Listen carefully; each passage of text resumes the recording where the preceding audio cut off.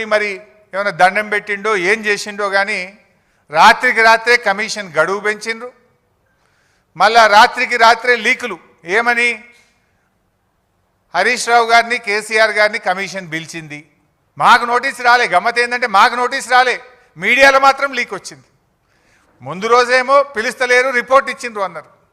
తెల్లారేమో లేలే report extension of time అయింది, కమిషన్కు నోటీస్ ఇచ్చిండ్రు అన్నారు. మాకు నోటీస్ రాలే కానీ మీడియాలో మాత్రం నోటీస్ వచ్చింది. అంటే ఇదంతా ఒక కుట్రతో జరుగుతున్నది అనేది చాలా స్పష్టంగా మనకు అర్థమవుతా ఉంది. అయితే నిన్న ప్రభుత్వం ఏమో ఒక 60 పేజీలతో రిపోర్ట్ రిలీజ్ చేసిండ్రు. ఆ రిపోర్ట్ చూస్తుంటే అవాస్తవాలు, అబద్ధాలు, రాజకీయ దురుద్దేశాలతో కూడినటువంటి ఒక 60 పేజీల రిపోర్ట్ను బయటపెట్టినారు. ఇప్పుడు ఇంతకది పూర్తి రిపోర్టా, కమిషన్లో ఉన్న విషయాలే చెప్పారా, ప్రభుత్వం ఏమన్నా వండి వార్చిందా? ఇప్పుడు పూర్తి రిపోర్ట్ బయటకు వస్తే డెఫినెట్గా బీఆర్ఎస్ పార్టీ ఇంకా గట్టిగా స్పందిస్తాం. అసెంబ్లీలో పెడతామంటున్నారు.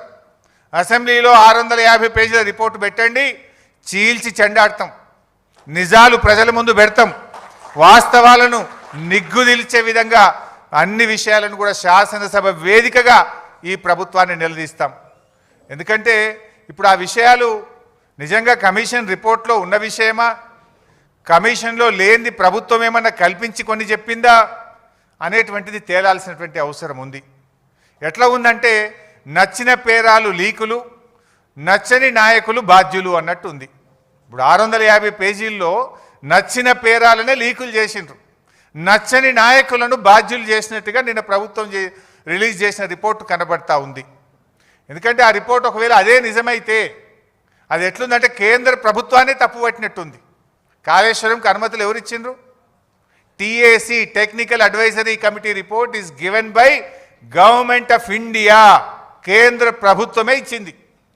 ఒకవేళ ఆ రిపోర్ట్ నిజమే అయితే కేంద్ర ప్రభుత్వాన్ని తప్పుపట్టినట్టు, అన్ని అనుమతులు ఇచ్చిన సెంట్రల్ వాటర్ కమిషన్ను తప్పుపట్టినట్టు, ఇంజనీర్లను తప్పుపట్టినట్టు, రిటైర్డ్ ఇంజనీర్లను తప్పుపట్టినట్టు, బ్యూరోక్రాట్లను తప్పుపట్టినట్టు.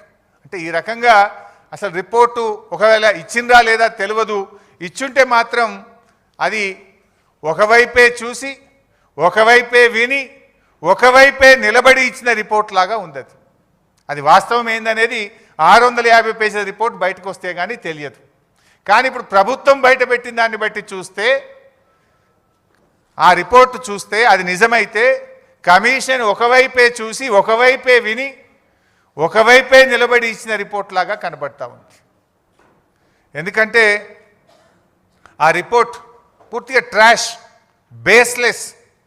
Baseless allegations.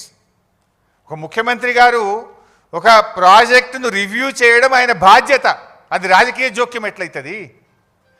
రివ్యూ చేయడము, త్వరితగతిన ప్రాజెక్టును పూర్తి చేయడము, ప్రజలకు త్వరితగతిన నీళ్ళు ఇవ్వడం అనేది ఒక బాధ్యతాయుతమైన ప్రభుత్వం చేసే పని. అది రాజకీయ జోక్యం అనరు.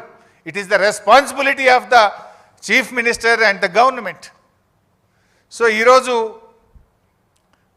విషయం చూస్తూ ఉంటే,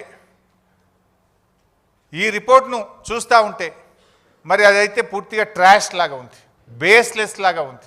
చరిత్రలో ఇట్లాంటి కమిషన్లు, రాజకీయ వేధింపుల కోసం చాలా కమిషన్లు రిపోర్ట్లు ఇచ్చినాయి, అవేవి న్యాయస్థానాల్లో నిలబడలేదు. ఇందిరాగాంధీ గారి మీద కూడా అప్పటి జనతా ప్రభుత్వం షా కమిషన్ వేసింది. చంద్రబాబు నాయుడు గారి మీద కూడా కమిషన్లు వేశారు. అనేక కమిషన్లు దేశంలో వచ్చినాయి. ఏ కమిషన్లు కూడా న్యాయస్థానాల ముందు నిలబడలేదు. ఎందుకంటే రాజకీయ దురుద్దేశపూరితంగా ఇచ్చినటువంటి రిపోర్ట్లు న్యాయస్థానంలో నిలబడవు, ప్రజాక్షేత్రంలో నిలబడవు. ఎప్పటికైనా ధర్మమే గెలుస్తుంది, సత్యమే నిలబడుతుంది. అంతే తప్ప ఈ రాజకీయ దురుద్దేశంతో ఇచ్చేటువంటి రిపోర్ట్లు ఎప్పుడు కూడా నిలబడవు. ముఖ్యంగా రేవంత్ రెడ్డి గారి ప్రభుత్వం మనకు తెలుసు, మీకు తెలియదేముంది?